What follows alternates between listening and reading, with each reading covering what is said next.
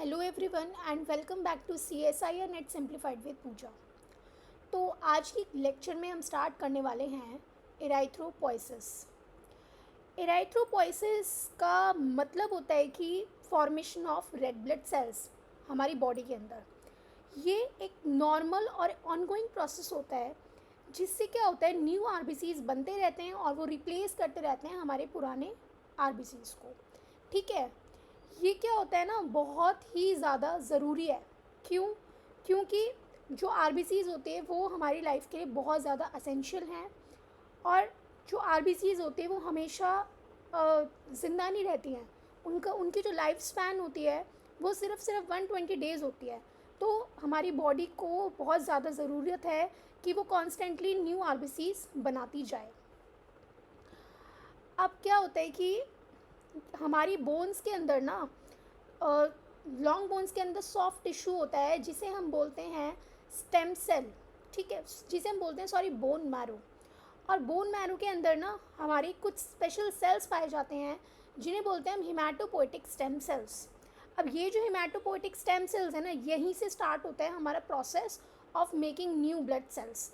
देखिए, ये जो हिमैटोपोइटिक स्टेम सेल है ना, इससे हमारे बहुत सारे हर तरीके के ब्लड सेल बनते हैं। ऐसा नहीं है सिर्फ आरबीसी बन रहा है, हमारे प्लेटलेट्स भी बनते हैं, डब्ल्यूबीसीज भी बनते हैं, आरबीसीज भी बनते हैं। तो बॉडी की नीड के अकॉर्डिंग वो स्टेम सेल हमारा चेंज होता है उस पर्टिकुलर ब्लड सेल में।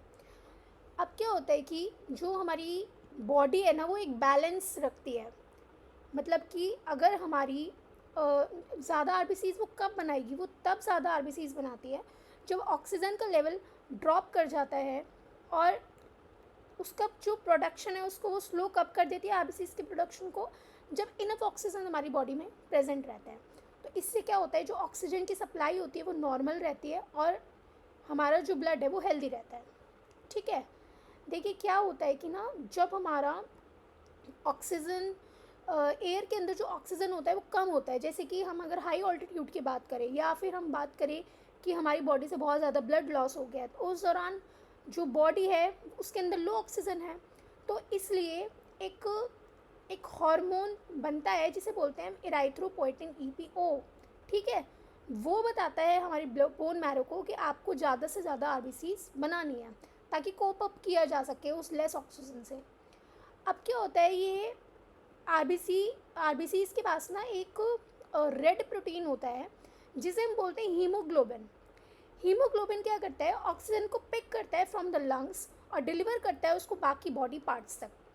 बिना इनफ आरबीसीज के और या हीमोग्लोबिन के हमारी बॉडी इनफ ऑक्सीजन को सप्लाई नहीं कर सकती, जिसकी वजह से अगर इनफ आरबीसी से हीमोग्लोबिन नहीं हुआ तो इनफ ऑक्सीजन की सप्लाई नहीं हो पाएगी, इनफ ऑक्सीजन बॉडी नहीं गेट कर पाएगी, जिसकी वजह से टायर्डनेस हो सकती, वीकनेस हो सकती है, जैसे कि एनीमिया में आप देख सकते हैं।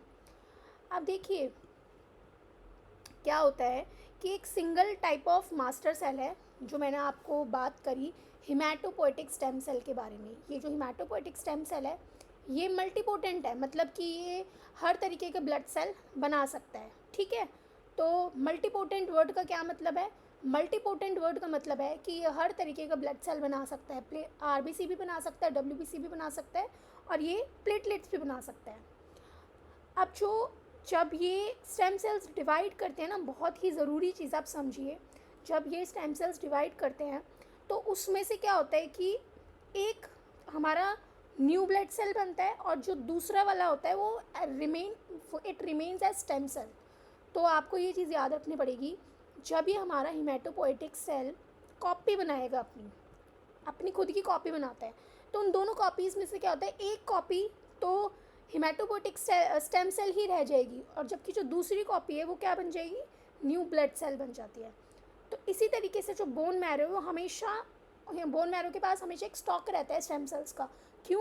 क्योंकि जब भी स्टेम सेल को न्यू ब्लड सेल बनाना होएगा तो वो क्या करेगा, मतलब अपनी कॉपी बनाएगा, और उन दोनों कॉपीज़ में से एक copy as a stem cell ही रह जाएगी और दूसरी कॉपी आपकी चेंज हो जाएगी इन द ब्लड सेल। तो this way the bone marrow always keeps a stock of stem cells to continue making new blood cells throughout the life. अब देखिए, मैंने आपको यही जो चीज़ बताई मैं दोबारा बता रही हूँ, जब भी हमारा स्टेम सेल डिवाइड होएगा तो क्या होता है, it one daughter cell stays the same, मतलब कि it remains a stem cell keeping its special ability to make any type of blood cell in the future. ठीक है, ये मेंटेन रखती है। इसकी वजह से क्या होता है कि एक constant supply of stem cells in the bone marrow maintain रहता है। जबकि जो दूसरा हमारा डॉटर सेल होता है वो क्या करता है कि चेंज होता है हमारे ब्लड सेल में, मतलब वो अपनी जर्नी स्टार्ट करता है to become a specialised blood cell. या तो वो आरबीसी बनेगा, या वो डब्ल्यूबीसी बनेगा, या वो प्लेटलेट बनेगा। फॉर एग्जांपल अगर ऑक्सीजन की सप्लाई बहुत कम है तो, या फिर आरबीसी बनने की डिमांड है तो वो आरबीसी बनेगा। अगर इन्फेक्शन से फाइट करना है या डब्ल्यूबीसी बनने की डिमांड है तो वो डब्ल्यूबीसी बनेगा। क्लॉटिंग के लिए क्या बनेगा, प्लेटलेट बनेगा। तो एक मतलब मैं ये कहना चाह रही हूँ कि अब आप ये बोल सकते हो कि स्टेम सेल तो डिवाइड हो गया था ब्लड सेल में, तो हमें इनफ स्टेम सेल कैसे मिलेंगे फ्यूचर के लिए। तो क्या होता है कि जो स्टेम सेल है वो डिवाइड हो जाता है 2 सेल्स में, यानी कि मल्टीप्लाई कर जाता है वो, और उसमें से एक जो सेल है वो स्टेम सेल ही रह जाता है, और जबकि जो दूसरा वाला सेल है वो चेंज हो जाता है हमारे ब्लड सेल के अंदर। तो आपको ये बहुत ज़रूरी कॉन्सेप्ट है जो याद रखना है। दिस मीन्स जितनी भी हमारी ब्लड सेल्स हैं वो हमारे किससे आ रहे हैं, स्टेम सेल से आ रहे हैं। जस्ट लाइक मतलब स्टेम सेल क्या हुई, एक मदर सेल हुई, तो आप उसको स्टेम सेल को क्या बोल सकते हो, मदर सेल बोल सकते हो, या आप उसको एक ओरिजिन पॉइंट बोल सकते हो पूरी की पूरी ब्लड सेल फैमिली के लिए, कि जी कोई भी ब्लड सेल है वो कहाँ से आ रहा है, वो स्टेम सेल से आ रहा है, वो एक मदर सेल है। तो नेक्स्ट अब हम बात करते हैं stages and sites of RBC production. तो देखिए, व्हेन वी आर बॉर्न, हमारी जो बोन्स होती हैं उसमें सॉफ्ट टिश्यू होता है जिससे बोलेंगे रेड बोन मैरो, और यही होता है जहाँ पे कि हमारे ज़्यादातर रेड ब्लड सेल्स हमारे बनते हैं। मैंने आपको बता दिया था, बोन्स जैसे कि रिब्स हो गई, चेस्ट बोन हो गई, हिप बोन हो गई, स्पाइन हो गई, इन सब के पास हमारा क्या होता है, रेड बोन मैरो होता है। अब क्या होता है कि जैसे हम ग्रो करते हैं ना तो हमारी जो बॉडी है वो चेंज करती है, कि आरबीसी चेंजेस, मतलब जो हम as we grow our body changes where the RBCs are produced. तो जो आरबीसी प्रोडक्शन की जो लोकेशन है वो चेंज होती रहती है जैसे जैसे हम ग्रो करते हैं। अलग अलग ऑर्गन्स होते हैं जो कि that turns being the RBC factory. तो ठीक है, आप समझ रहे हो, जैसे जैसे हमारी डेवलपमेंट होएगी वैसे वैसे आरबीसी की जो फॉर्मेशन की जो प्लेस होती है वो चेंज होती रहती है। तो अगर हम वेरी अर्ली एम्ब्रियो की बात करें तो यानी कि हमारी जो फर्स्ट वीक्स होती हैं लाइफ की, जब छोटा सा टाइनी एम्ब्रियो क्या यूज़ करता है, यॉर्क सैक को यूज़ करता है। किस चीज़ को यूज़ करता है, यॉर्क सैक को यूज़ करता है आरबीसीज बनाने के लिए। तो आपको ये समझना होगा कि डेवलपमेंट के दौरान, मतलब ग्रोथ के दौरान, फ्रॉम द एम्ब्रियो यानी कि from the tiny embryo to the adult, हमारा जो आरबीसी प्रोडक्शन की जो लोकेशन होती है, ये प्लेस होती है, वो चेंज होती जाती है।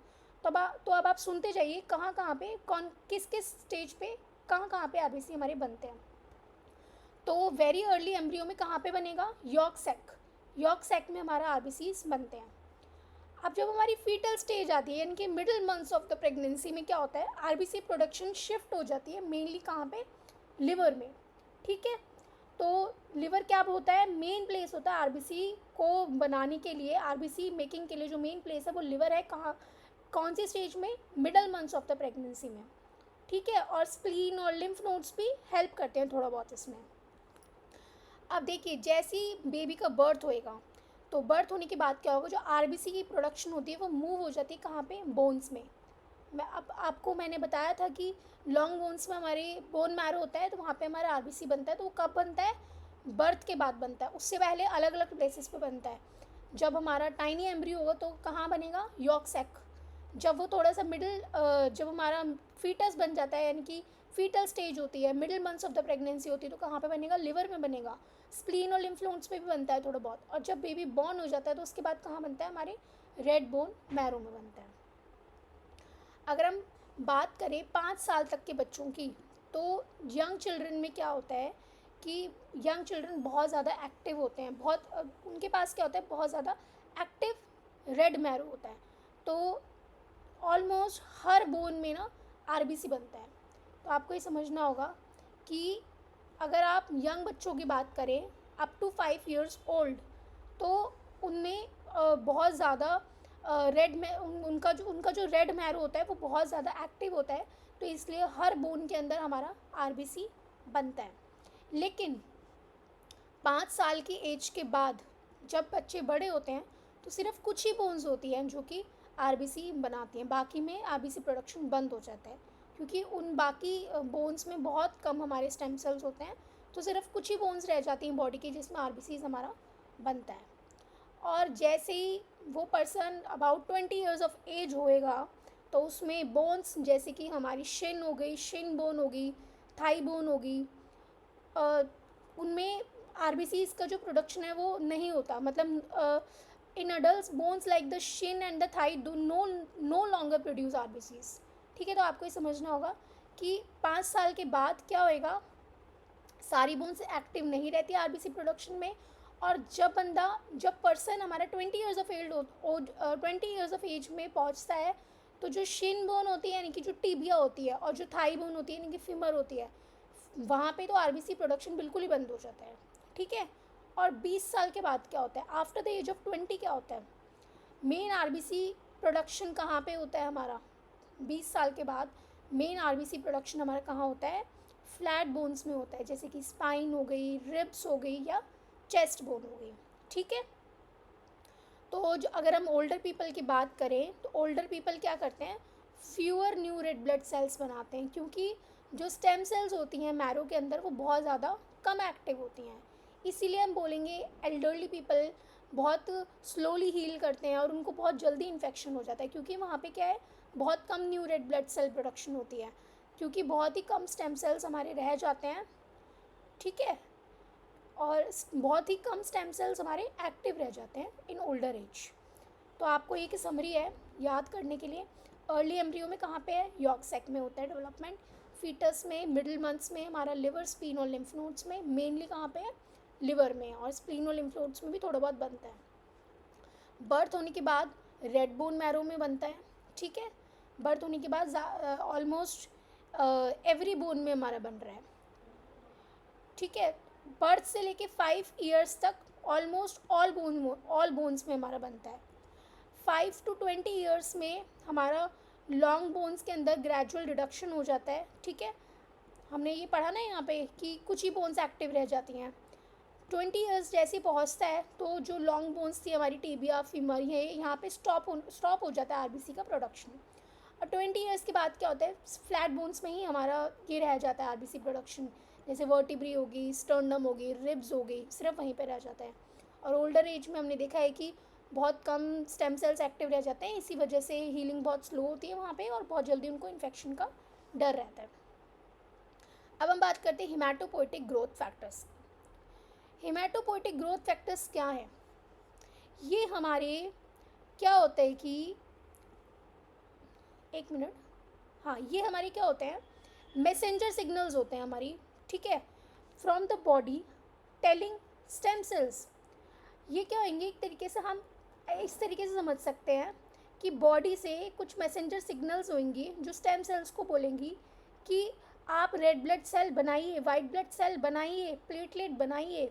तो जो मैंने आपको बोला था, हिमैटोपोइटिक स्टेम सेल्स को सिग्नल मिलते हैं कि आपको आरबीसी बनाना है या आपको डब्ल्यूबीसी बनाना है या आपको प्लेटलेट बनाना है। तो वो सिग्नल मैसेंजर सिग्नल्स जो बॉडी से मिल रहे हैं स्टेम सेल्स को, वो क्या हैं, वो हैं हमारे हिमैटोपोइटिक ग्रोथ फैक्टर्स। ठीक है, अब देखिए ये क्या होते हैं, एक तरीके से इंटरनल हेल्पर्स होते हैं हमारे। क्या होते हैं, ये हमारे इंटरनल हेल्पर होते हैं जो कि करेक्ट जीन को टर्न ऑन करते हैं स्टेम सेल के अंदर। स्टेम सेल के अंदर करेक्ट जीन को टर्न ऑन करेंगे ताकि correct type of blood cell हमारा बन सके। ठीक है, आप HGFs यानी कि हिमैटोपोइटिक ग्रोथ फैक्टर्स को एक तरीके से ट्रैफिक सिग्नल्स की तरह समझ सकते हो या फिर इंस्ट्रक्शंस समझ सकते हो जो सेल के बाहर से उनको मिल रहे हैं। मतलब स्टेम सेल के बाहर से उनको कुछ इंस्ट्रक्शंस मिल रहे हैं कि आपको कौन सा पाथ फॉलो करना है, तो वो कौन बता रहा है, वो बता रहा है हिमैटोपोइटिक ग्रोथ फैक्टर। तो एक तरीके से सिग्नल है, वो इंस्ट्रक्शन है जो उसको स्टेम सेल को फ्रॉम द आउटसाइड मिल रहा है कि आपको इस वाले पर्टिकुलर पाथ पे चलना है ताकि आप इस ये वाला पर्टिकुलर आप ब्लड सेल बनाओगे, ठीक है। तो वो जो सिग्नल मिल रहा है वो कौन है, वो सिग्नल मिल रहा है, वो सिग्नल क्या है, वो है हिमेटोपोइटिक ग्रोथ फैक्टर। तो स्टेम सेल के अंदर क्या होता है, जो ट्रांसक्रिप्शन फैक्टर्स होते हैं वो एक तरीके से ना स्विचेस के तरह होते हैं जो कि जीन्स को एक्टिवेट करेंगे ताकि मतलब पर्टिकुलर जीन को एक्टिवेट करते हैं ताकि पर्टिकुलर ब्लड सेल हमारा बन सके। तो वो कौन एक्टिवेट कर रहा है, वो एक्टिवेट कर रहे हैं ट्रांसक्रिप्शन फैक्टर, ठीक है। तो इनके बिना हमारा सेल फॉलो ही नहीं कर सकता HGF के इंस्ट्रक्शंस। तो आप इसको अभी इतने ईजी तरीके से समझ सकते हो कि स्टेम सेल को बाहर से कुछ सिग्नल्स मिल रहे हैं वो कि आपको ये वाला पर्टिकुलर पाथ फॉलो करना है ताकि आपको ये पर्टिकुलर ब्लड सेल बनाना है, ठीक है। ब्लड सेल कौन सा, या तो RBC बनाना है, या प्लेटलेट्स बनाना है, या WBC बनाना है। तो स्टेम सेल तो कोई भी बना सकता है ब्लड सेल, तो उसको कैसे पता लगेगा कौन सा बनाना है, तो उसको एक सिग्नल मिलता है बाहर से जो कि हिमेटोपोइटिक ग्रोथ फैक्टर। अब देखिए जीन्स तो एक्टिव होंगे एक पर्टिकुलर ब्लड सेल को बनाने के लिए, पर्टिकुलर जीन हमारे एक्टिव होते हैं, तो उस जीन को एक्टिव कौन करेंगे, वो ट्रांसक्रिप्शन फैक्टर्स करेंगे। तो ये ट्रांसक्रिप्शन फैक्टर स्विचेस की तरह एक तरीके से जो कि एक्टिवेट कर रहे हैं उस पर्टिकुलर जीन को ताकि वो पर्टिकुलर ब्लड सेल बन सके। बिना ट्रांसक्रिप्शन फैक्टर के हमारा जो स्टेम सेल है वो हिमेटोपोइटिक ग्रोथ फैक्टर्स के जो इंस्ट्रक्शंस हैं, कमांड्स, उनको फॉलो नहीं करेगा, ठीक है। अब देखिए मैंने आपको बताया था अभी पहले भी कि जब हमारा जो स्टेम सेल है वो डिवाइड करता है, यानी कि जब वो स्टेम सेल हमारा डिसाइड करता है कि उसको डिफ्रेंशिएट होना है, ये चेंज होना है, ठीक है। मैं ये बता रही हूँ आपको, जो हिमेटोपोइटिक स्टेम सेल है वो कोई पर्टिकुलर पाथ को फॉलो करेगा किसी भी पर्टिकुलर ब्लड सेल को बनाने के लिए। तो जब वो डिसाइड कर लेगा कि अब मुझे चेंज होना है या मुझे अब डिफ्रेंशिएट होना है, तो वो दो मेन ऑप्शंस या दो मेन पाथ्स को फॉलो कर सकता है, ठीक है। या तो स्टेम सेल हमारा लिम्फॉइड पाथवे फॉलो करेगा, ये वाला पाथवे देखिए, या तो वो ये वाला पाथवे फॉलो करेगा या फिर वो माइलॉइड पाथवे फॉलो करेगा, ठीक है। लिम्फॉइड पाथवे में मोस्टली इम्यून सेल्स बनते हैं और माइलॉइड पाथवे में हमारे या तो RBCs बनेंगे या प्लेटलेट्स बनेंगे या WBCs बनेंगे। तो हमने अभी तक ये पढ़ा, स्टेम सेल को बाहर से सिग्नल मिला, वो मैसेंजर सिग्नल्स कौन है, हिमेटोपोइटिक ग्रोथ फैक्टर्स हैं जो उनको बताएंगे कि आपको इस पर्टिकुलर पाथवे पे चलना है। और उस पर्टिकुलर पाथवे पे चलने में कौन हेल्प कर रहे हैं, ट्रांसक्रिप्शन फैक्टर्स हेल्प कर रहे हैं। अब वो जो पाथवे वो दो हो सकते हैं, या तो आपके वो होंगे लिम्फॉइड पाथवे या फिर वो होंगे आपके माइलॉइड पाथवे। अब लिम्फॉइड पाथवे जिसको हम बोलेंगे लिम्फॉइड स्टेम सेल लाइन, अगर हमारा जो स्टेम सेल है वो लिम्फॉइड पाथवे पे जाता है, ठीक है। अगर if the stem cell goes down the lymphoid path तो it can make B lymphocytes, T lymphocytes, natural killer cells या डेंड्राइटिक सेल्स। तो अगर हमारे स्टेम सेल ने कौन सा पाथ फॉलो करा, लिम्फॉइड पाथवे फॉलो करा, तो वो क्या क्या बना सकता है, या तो B lymphocytes बनाएगा या T lymphocytes बनाएगा या NK सेल्स बना सकता है या डेंड्राइटिक सेल्स बना सकता है। B lymphocytes मतलब जब उसे एंटीबॉडीज़ बनानी है to fight the, B lymphocytes किस चीज़ में हेल्प होंगे, वो हेल्प करेंगे एंटीबॉडीज़ बनाने में to fight the infections. T lymphocytes immune system को हेल्प करते हैं और किल करते हैं इन्फेक्टेड सेल्स को। ये मैंने आपको पिछले लेक्चर्स में पढ़ाया है बहुत अच्छे से, तो वहाँ पे आप पढ़ सकते हो लिम्फोसाइट्स वाले पार्ट में। नेचुरल किलर सेल्स यानी कि NK सेल्स ही किल करते हैं वायरस इन्फेक्टेड कैंसर सेल्स को, और जो डेंड्राइटिक सेल होते हैं वो एंटीजेंस को शो करते हैं बाकी अदर इम्यून सेल्स को, ताकि वो जो इम्यून सेल्स हैं उन एंटीजेंस को देखकर एक्टिवेट हो जाएं, ठीक है। तो वो कौन शो कर रहे हैं, वो शो कर रहे हैं हमारे डेंड्राइटिक सेल। तो समरी यही है कि अगर वो लिम्फॉइड लाइन को फॉलो करेगा तो वो मेनली इम्यून सिस्टम के डिफेंडर्स को ही बनाएगा हमारा स्टेम सेल। लेकिन अगर हमारे स्टेम सेल ने माइलॉइड पाथवे चूज़ किया और वो माइलॉइड स्टेम लाइन में गया, माइलॉइड पाथवे का मतलब माइलॉइड स्टेम लाइन में गया, वो इस पाथवे में गया, इस पाथवे में, तो क्या होगा, या तो वो RBC बना सकता है या वो प्लेटलेट्स बना सकता है या वो ग्रेन्युलोसाइट्स बना सकता है या वो मोनोसाइट्स बना सकता है। अगर RBCs बनाया तो वो किस चीज़ में हेल्प करेगी इन फ्यूचर, ऑक्सीजन कैरी करने में। प्लेटलेट्स किस चीज़ में हेल्प करेंगे, ब्लड क्लॉटिंग में। ग्रेन्युलोसाइट्स क्या आते हैं, हमने लास्ट क्लास में पढ़ा था, न्यूट्रोफिल्स, आइसोफिल्स, बेसोफिल्स, ये WBCs के टाइप हैं जो कि इन्फेक्शन से फाइट करते हैं। अगर आपको इनके पर्टिकुलर ग्रेनुलोसाइट्स के हर एक पार्ट को अच्छे से समझना है, एक ग्रेनुलोसाइट्स के हर एक पार्ट को अच्छे से समझना, आप मेरे पिछले लेक्चर्स को देख सकते हैं। मोनोसाइट्स क्या हैं, जो एक तरीके से मोनोसाइट्स मैंने आपको बताया था कि जैसे ही वो टिश्यू में एंटर करते हैं तो मैक्रोफेजेस में कन्वर्ट हो जाते हैं, ठीक है, और फिर वो पैथोजेंस को ईट कर लेते हैं, मतलब खा जाते हैं उनको वो। तो माइलॉइड लाइन में गया अगर हमारा स्टेम सेल, तो उसने बनाए RBCs, प्लेटलेट्स या बाकी WBCs। और अगर वो लिम्फोइड लाइन सेल लाइन में गया तो उसने क्या बनाए, तो उसने बनाए हमारे इम्यून सेल्स, जो इम्यून डिफेंडर्स हैं वो बनाए, ठीक है। आप ना इस डायग्राम को समझ सकते हो, मैं आपको बता देती हूँ ये डायग्राम अच्छे से। देखिए हमें 1 सेकेंड,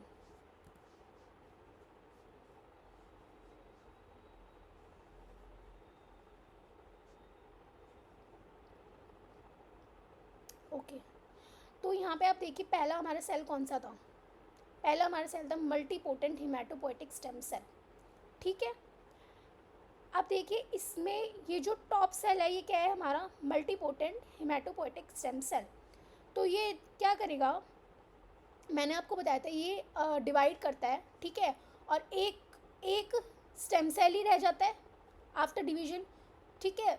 एक इसमें इसका मतलब ये नहीं है कि एक सेल दो में डिवाइड करें, मतलब जब इनकी कॉपीज़ बनेंगी ना तो कुछ कॉपीज़ तो सिर्फ स्टेम सेल्स रह जाएंगी और जो बाकी सेल्स होंगे वो अब पाथ फॉलो करेंगे, या तो lymphoid stem cell pathway follow, lymphoid pathway follow करेंगे या फिर माइलॉइड पाथवे फॉलो करेंगे। तो ये मैं आपको बताना चाहती कि स्टेम सेल ने अब कॉपीज़ बनाई और कुछ कॉपीज़ हमारी स्टेम सेल ही रह गई, ताकि फ्यूचर में जब दोबारा से हमें ब्लड सेल्स बनाने होंगे तो हमें हेल्प मिलेगी। और जो कुछ कॉपीज़ हैं वो हमारी चेंज होएगी, या तो लिम्फोइड पाथवे में या फिर माइलॉइड पाथवे में। और किस पाथवे में जाएगी वो कौन बताएंगे, वो बताएंगे हमारे हिमेटोपोएटिक ग्रोथ फैक्टर्स, ठीक है।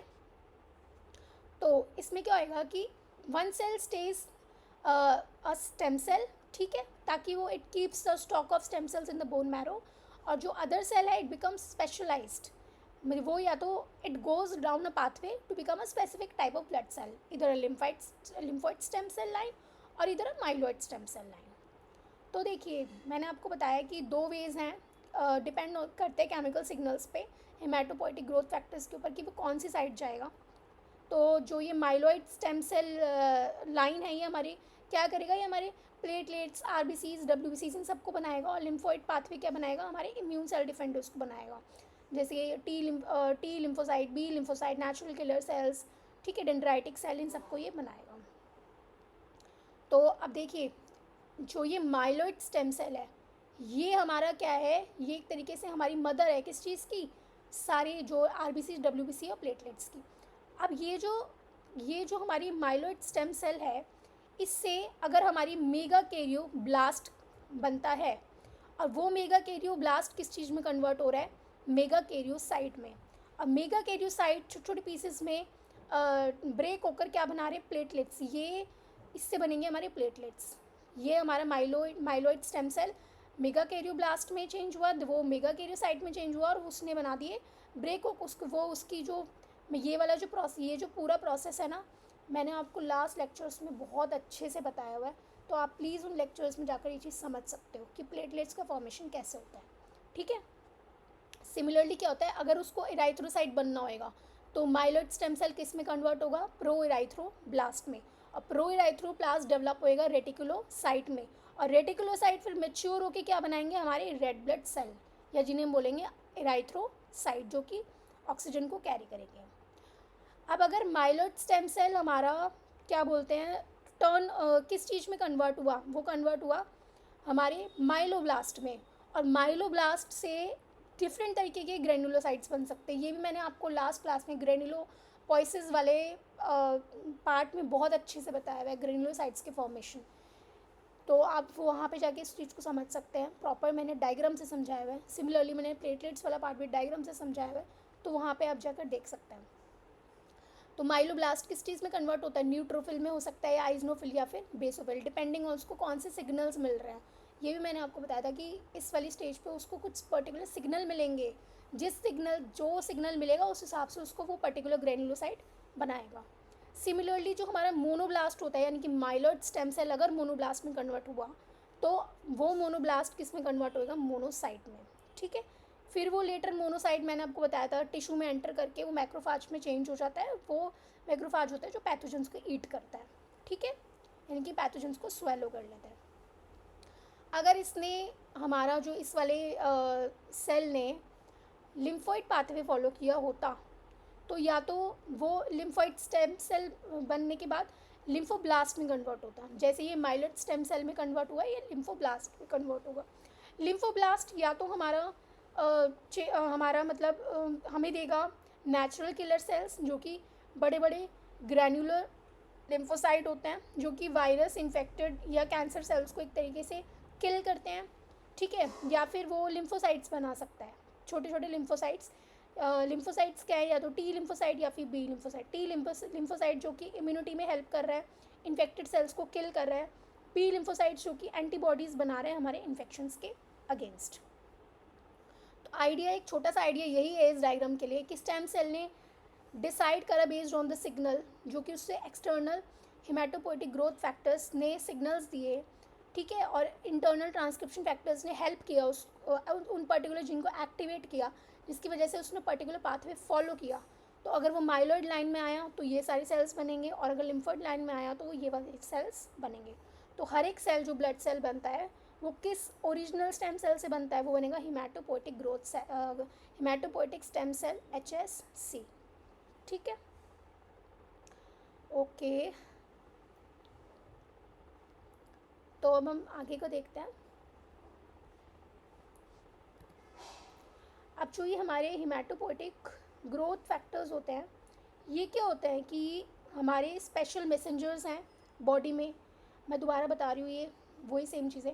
हिमेटोपोइटिक ग्रोथ फैक्टर्स क्या हैं, स्पेशल मैसेंजर्स हमारी बॉडी में। ये यंग ब्लड सेल्स को बताएंगे, ये बताएंगे कि जो यंग ब्लड सेल है वो किस चीज़ में कन्वर्ट होएगा, वो हमारा रेड ब्लड सेल बनेगा या फिर वाइट ब्लड सेल बनेगा या प्लेटलेट बनेगा। जो स्टेम सेल है वो हमारा रेड ब्लड सेल बनेगा या वाइट ब्लड सेल बनेगा या प्लेटलेट बनेगा, या कुछ वो लिम्फोइड पाथवे को फॉलो करके कुछ और इम्यून डिफेंडर्स बनेगा, जैसे NK किलर सेल बनेगा या डेंड्राइटिक सेल बनेगा या लिम्फोसाइट्स बनेगा, T या B, ठीक है। तो एक इम्पॉर्टेंट हिमेटोपोइटिक ग्रोथ फैक्टर है हमारा एराइथ्रोपोइटिन, EPO वन ऑफ द, इसमें से जो वन ऑफ दीज मैसेंजर्स है वो है हमारा EPO। इसका मेन काम होता है स्टेम सेल्स को बताना कि आपको रेड ब्लड सेल बनना है। अब देखिए, रेड ब्लड सेल की फॉर्मेशन का जो सिग्नल कौन दे रहा है, वो दे रहा है इराइथ्रोपोइटिन, ये आपको याद रखना पड़ेगा। और जो बाकी हिमेटोपोइटिक ग्रोथ फैक्टर्स होते हैं वो सिमिलर जॉब करते हैं हमारे वाइट ब्लड सेल्स के लिए, ये प्लेटलेट्स के लिए, ठीक है। तो उसमें से अगर एक ग्रोथ फैक्टर की बात करें, हिमेटोपोइटिक ग्रोथ फैक्टर की, जो कि रेड ब्लड सेल बनाने का सिग्नल दे रहा है, वो कौन है, वो है हमारा इराइथ्रोपोइटिन, यानी कि EPO। अब आपने याद कर लिया जो ये सिग्नल है हम इस रेड ब्लड सेल्स को बनाने का, वो क्या है, इराइथ्रोपोइटिन, ठीक है। मैं दोबारा इसलिए ताकि आपको सुनते हुए याद हो जाए। अब जो HGFs हैं वो बहुत ज़्यादा कॉम्प्लिकेटेड है। क्यों? क्योंकि ये सिंपल नहीं है, बहुत सारे रीजंस हैं कि ये कॉम्प्लिकेटेड है। पहला तो ये कि हमारी जो बॉडी है वो बहुत ज़्यादा डिफरेंट तरीके के हिमेटोपोइटिक ग्रोथ फैक्टर बनाती है, और हर एक का एक अपना अपना काम है। जैसे कि अभी हमने पढ़ा, इराइथ्रोपोइटिन का काम क्या है, रेड ब्लड सेल्स के लिए सिग्नल देना कि स्टेम सेल्स को कि आपको रेड ब्लड सेल्स बनाने हैं। और जो हिमेटोपोइटिक ग्रोथ फैक्टर्स होते हैं वो बॉडी के बहुत सारे पार्ट्स में बनते हैं, जैसे किडनीज़ में बनेंगे, लिवर में बनेंगे, बोन मैरो में बनेंगे, सिर्फ एक ही प्लेस में नहीं बनते, बॉडी के बहुत सारे डिफरेंट पार्ट्स में हमारे बनते हैं। Besides helping blood cells grow, जो हमारे हिमेटोपोइटिक ग्रोथ फैक्टर्स हैं वो बॉडी को इन्फेक्शंस से फाइट करने में भी हेल्प करते हैं, टिश्यूज़ को ग्रो करने में हेल्प करते हैं, और हीलिंग इंजरीज़ को हील करने में भी हेल्प करते हैं। सिर्फ ब्लड सेल्स को बनाने में ही नहीं, बल्कि ये बहुत सारी अलग अलग चीज़ों में हेल्प करते हैं, ठीक है। जैसे इन्फेक्शन से फाइट करना, ग्रोथ टिश्यूज़ की ग्रोथ में हेल्प करना, और इंजरीज से हील करना। तो मैं ये दोबारा से आपको बता देती हूँ, एक समरी है। क्या है समरी, कि जो हमारे हिमेटोपोइटिक ग्रोथ फैक्टर्स होते हैं वो छोटे छोटे इंस्ट्रक्शंस हैं स्टेम सेल्स के लिए कि आपको कौन सा पाथ फॉलो करना है, कौन सा वाला ब्लड सेल बनाना है। अगर हम रेड ब्लड सेल के लिए बोलें कि जी कौन सा वाला ग्रोथ फैक्टर है, हेमेटोपोइटिक ग्रोथ फैक्टर जो कि रेड ब्लड सेल के लिए सिग्नल दे रहा है, वो है हमारा इराइथ्रोपोइटिन है कि ईपीओ। ये बहुत ज़्यादा कॉम्प्लेक्स हैं क्योंकि इनका काम सिर्फ, क्योंकि ये एक ही जगह पे नहीं बनते, बॉडी के अलग अलग पार्ट्स में बनते हैं, और इनका काम सिर्फ ब्लड सेल्स को बनाना ही नहीं है, बल्कि इनकी बाकी भी इनके काम है, जैसे कि इम्यूनिटी में हेल्प करना, ग्रोथ में हेल्प करना, टिश्यूज़ की ग्रोथ में हेल्प करना, रिपेयर में हेल्प करना, इनकी इंजरीज़ की हीलिंग में हेल्प करना। तो यही था, ये सेम चीज़ ना दोबारा कॉपी हो गई है। तो जो हमारा हार्मोन इराइथ्रोपोइटिन है यानी कि ईपीओ, वो रेड ब्लड सेल्स को बनाने के लिए, वो सिर्फ मतलब EPO doesn't make red blood cells by itself, खुद ही नहीं बनाता वो, it works together with many other similar messengers, ठीक है, to help the stem cells become red blood cells. तो सिर्फ अकेला ही वो मैसेंजर नहीं है, उसके साथ साथ और भी बहुत सारे मैसेंजर्स हैं जो कि मिलकर सिग्नल दे रहे हैं कि आपको रेड ब्लड सेल बनाना है। तो मैं पढ़ देती हूँ। The hormone erythropoietin EPO doesn't work alone, it joins with many other HGFs, more than 10 से भी ज़्यादा होते हैं, to help in the production of red blood cells. इस प्रोसेस को क्या बोलेंगे, इराइथ्रोपोइसिस। तो यही हमारा टॉपिक है आज का मेन की, इराइथ्रोपोइसिस।